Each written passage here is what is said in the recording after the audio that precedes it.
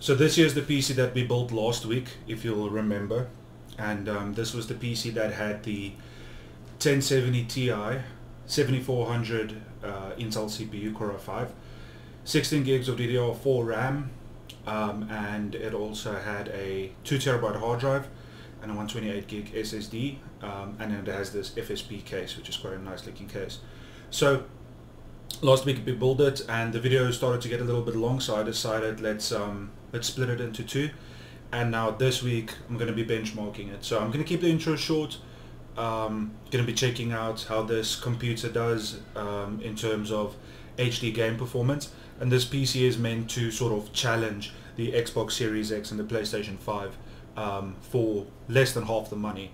So let's see if it can do that, and let's see how it does in a few AAA titles. I'm going to be testing the titles that I always test, so let's see how it does. I'm not going to be testing at 2K or 4K. I don't have 2K or 4K screens. I have a 4K TV, but I'm not going to test on that. And yeah, this PC is meant to be gamed at HD anyway. It could do 2K or 4K 60 FPS, I would think. But for this test, I'm going to be testing at HD only. So let's see how the console killer does. This thing was half the price of a console, even less. So let's see if it can keep up with them. Stay with me. Okay, getting into the Red Dead Redemption 2 benchmark here. And so far we are locked at 60 FPS. So this is running on console equivalent settings at HD. Which is pretty much all high. Some settings set to ultra, some set to high, but for the most part this is like 1080p high. And we've just been stuck at 60 so far. I guess I might have switched on the VSync option, and the screen's VSync is obviously 60. So if we stick to that 60 FPS at, you know, under 20 milliseconds of frame time, that's a pretty good result. It is still just at 60, so I would assume that the VSync is on. The CPU and the GPU aren't even working that hard right now, so we could even push the graphics a little bit. We can probably run the game at ultra, because right now everything is on high, so you get low, I think you get lowest, low, medium, high, ultra. So right now it's pretty much like 80% of the way to ultra, and so far it's just been stuck on that 60 FPS, which is it's a good sign, because you know, that's the refresh rate of the monitor. That's what you want to game at on a monitor like this. We are using around half of the RAM we have available at 8 gigs of RAM. The CPU and the GPU are pretty cold. They aren't really working that hard right now.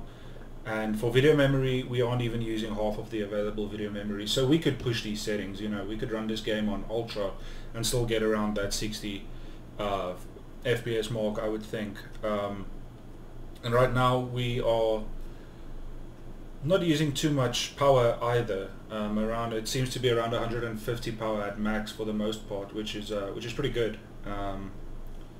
You know, that's the thing, something to consider when you want to do something that's console equivalent, you know, for the higher tier consoles. I don't know how much power they use, but I assume it's not much more than 200. So if you want to build a PC, you're gonna go for like probably a low voltage, a low wattage 6-core CPU, I would think. This is a 4-core, but I would recommend a 6-core for console equivalents. And the 1070 Ti or the 1080 or the 2070 is probably what I would recommend for a graphics card, for, you know, if you want to get around that price. Now, for the price of a Xbox Series X, at least in South Africa where I am, you could build a PC better than this. You could probably get like a 2080 and a maybe a 9th gen, like a 9th gen i5 or i7 if you shop around, and you know, that would beat those consoles. So it seems like at this point in time it might be cheaper to just build a PC. The frame rate has dropped a bit. It's under 50 now, but that was the most busy part of the benchmark. I also don't know what the frame rate is on Xbox. I know for some games it's 30, for some it's 60. But yeah, for $400 I feel like this is an amazing experience. It's doing really well. and I feel like it's a good option if you can find parts like these to build a system like this. I think you'll be happy with it, and I think that you know, this I like the customization the PC offers. At the end of the day, you can make it your own. You know, with a console, you just get what you get. So yeah, I mean, I know I'm just ragging on consoles. I do like consoles as well. I don't have any. That's because I don't have money. But I would like to have a console, because I do think there are plus points to owning a console, the same as there is for a PC. So I don't want you to think that I just hate consoles, because I think that everything has its place in the gaming ecosystem. But I am definitely a PC person when it comes down to it. Yeah, getting back to the benchmark, I think this is running excellently. I think the average FPS will be either 60 or like 58 at the lowest, because this has just been doing so well. So there's nothing to complain about here. I think it runs the game excellently. This is an updated version of the game, so this is what you can expect if you have similar parts. And I think you'll just enjoy playing the game like this. It looks good, it runs well, feels smooth, and that's all you could want at the end of the day. So that's going to be it for this benchmark. Let's move on to the next one. Let's do it. Alright, getting into the Shadow of the Tomb Raider benchmark here, and for this one, running at HD 1080p, this one is also console equivalent settings, which is basically high again. So it's all of the settings just set to high, and some settings set to ultra. So I'm just trying to follow what guides I can get on, you know, running things at console equivalent settings at HD. And so far this is getting quite a good result. This is one of the difficult scenes in the benchmark, and it is going above 50 for the most part, and I think for the rest of the benchmark we'll be comfortably above that 50 mark, so we'll probably around 80 or so for most of the scenes. For this one we are at around 120. The GPU and the CPU are working a little bit harder in this benchmark. This might be a bit more CPU intensive. The GPU's temperature is up to 71, CPU 63. Still just using half of the video memory, and I think that's because the textures aren't set to to ultra, it's just set to high. But it looks very similar. I think it looks really good. And for RAM we are using around 7 gigs, so also not even using half of the RAM we have available. Bit of a stutter there. This is running from a hard drive, so I think that's why we are getting some stuttering. The GPU is using a lot of power in this benchmark, but still under 200 watts for the GPU and the CPU there. So in total, probably around 250 for you know, load. And this does have a 730 watt power supply. So for this test, for this PC, this power supply is overkill, but this is the best option I had available. And the frame time is looking pretty good there as well, under 10 milliseconds for the most part. Yeah, just those stats are just, you know, sticking around that those sort of numbers. Taking a little bit of a long time to load, but again, that boils down to the hard drive that's in this, unfortunately. SSDs are pretty expensive right now, so I have to use hard drives for tests like these, and hard drive is always going to be a little bit slower. And you'll also see pop in when you use a hard drive, especially an older one. You'll see some issues in terms of, you'll see mountains popping in and out and stuff like that. You'll see that in a second here, and that's just because you're running it from a slow drive, unfortunately. But it shouldn't have too much of an effect on the FPS, and that's something that you should take into account with consoles, because consoles do have SSDs, and you can see still now this hard drive is struggling. It hasn't loaded in yet. And so if you do build a PC like this for yourself, I would consider getting a large SSD, like a terabyte SSD or even a 2 terabytes, and just having that be the only drive in a system, if it would only be for gaming. That is what I would consider doing. And so yeah, still comfortably above 50 FPS, and I think in terms of performance this has done pretty well. Apart from the slower hard drive, I think this has done really well. You know, the actual components that we are comparing to consoles have performed very well, and I think this is a console equivalent performance when you compare to those more expensive consoles. So that's it for this one. Let's move on to the next one. Let's do it. Alright, getting into the Hitman 1 benchmark. The light's a little bit bright there so you can't see well, but this is also getting around 60 FPS. This is running at maximum graphics right now, at HD, and yeah, still it's just pegged around that 60 to, okay, now it's gone up a lot, but in the busier sections it seems to be around that 60 mark. So our average is at around 80 now, so that's a pretty good result. If we can get like 80 average in a game like this, that's you know, that's a good result for ultra graphics. This is a more CPU intensive game. You can see the CPU is working really hard and the GPU isn't doing that much. So for games like these you really want that 6 core.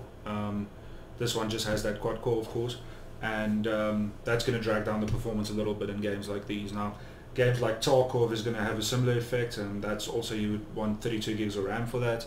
But you know, for console equivalent gaming, I think this is okay. But if you can get that 6-core CPU, I recommend doing that. The average is at around 75 now, so it's not bad at all. I would want the PC to get around 80 average. I think it might by the end, but we're not using a lot of video memory, only around 3 gigs, not using a lot of RAM, only around 7 gigs. And but that CPU is working hard. The GPU is also not working hard at all. It's only using about half of its power, but that CPU is just pegged at 100, and it is trying its best. But it's just a game like this, with all of the NPCs and everything going on in the world, it's just a little bit difficult for the CPU to keep up. So yeah, I think not a bad result, but if you want to play these games specifically, you might need to get a better CPU. Alright, let's move on to the next one. Doom Eternal here. This game doesn't have a benchmark, so I'm just going to play a little bit. And wow, this is smooth. Right off the go, this just feels really good. That FPS is amazing as well, so this is the kind of game that you're really going to play well on a system like this. Now, this is running on Ultra, so you could go Ultra Nightmare still with the graphics. But I don't think visually it makes much of a difference, and this just runs so well. But if you just want to play it above 100, I think even Ultra Nightmare would be okay. I'm just going to play till we get to the outside section, because I always want to check the outside FPS as well, because that's a good indication of, you know, how it does with a little bit more demanding environments. Because the inside environments isn't that bad, and there aren't that many enemies inside either. So right now this is doing incredibly well. And again, this is a little, this game is handling the components well, because it doesn't create a bottleneck. You know, everything is being used almost equally, and I think that's why this is running as well as it is. So yeah, I think this looks and feels good, and it runs well, definitely. We are getting close to 400 FPS, which is insane, especially on a 60 Hz monitor.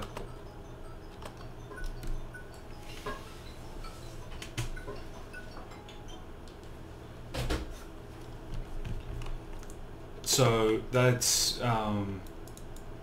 you know, it's a lot more than what we need, but it feels amazing. I mean, just look at how smooth this is. It definitely makes a difference, even on a monitor that doesn't support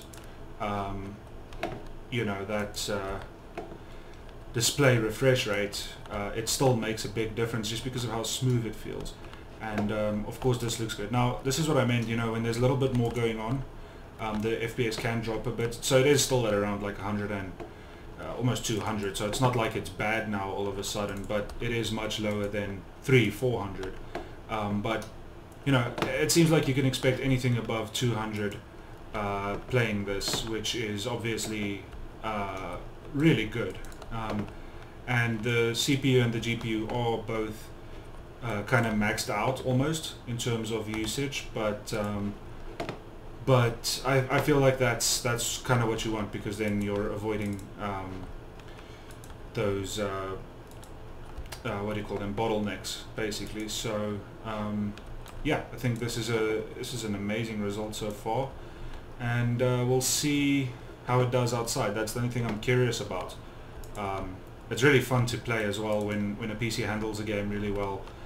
It just makes it so much more fun because of how fast-paced it is.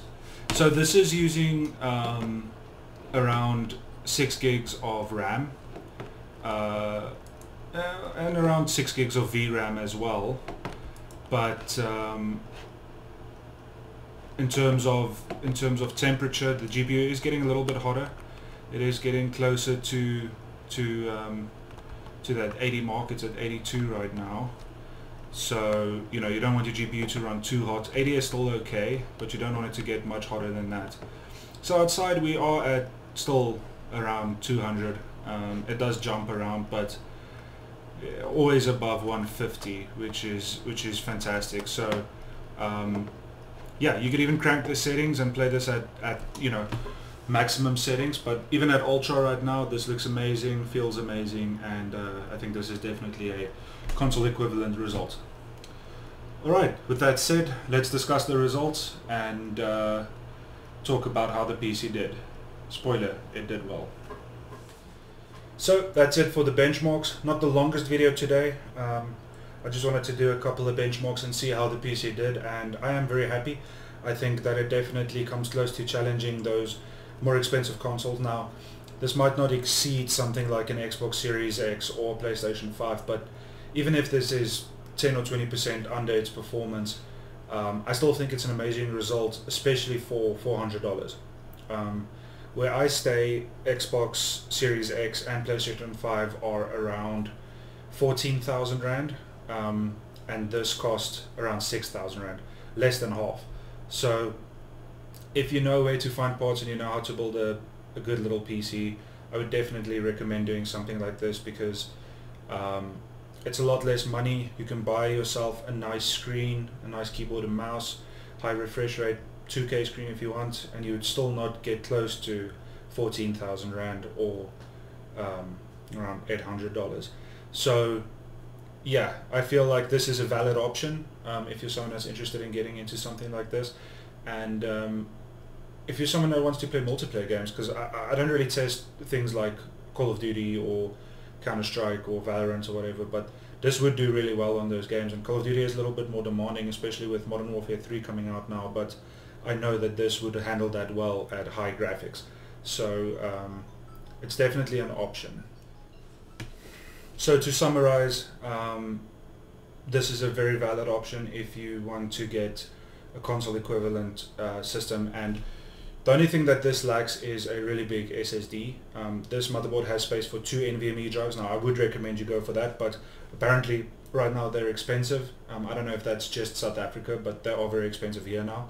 But if you could do maybe 2 1 terabyte NVMe drives, one for Windows and maybe your work and one for games, that would be the performance would be the same, but the loading times would be so quick, and that's what I do in my main system, so I know it works well. And yeah, I mean, there's not much more to say. This is a very valid option, and it's a lot less money. That's what it comes down to, right, is the money. The customization, you can make it look like you want. You don't have to go with this case, you don't have to go with this power supply, this GPU. You can add light strips to it, you can add more expensive fans if you want to. There's so much that you can do. So this is what I would recommend. I'm basically just talking in circles, so I'm just gonna cut myself off there. I think this is valid, and I think if you want to try gaming, this is a good place to start. So with that said, thanks for watching. I plan to release more consistently, more intriguing content, and I hope you enjoy the content. I hope you'll continue watching along with me, and let me know in the comments if you have any suggestions or any comments. If you want to chat with me, just start a chat in the comments. I'm always around. So thanks for watching. I hope to hear from you, and stay with me. Cheers.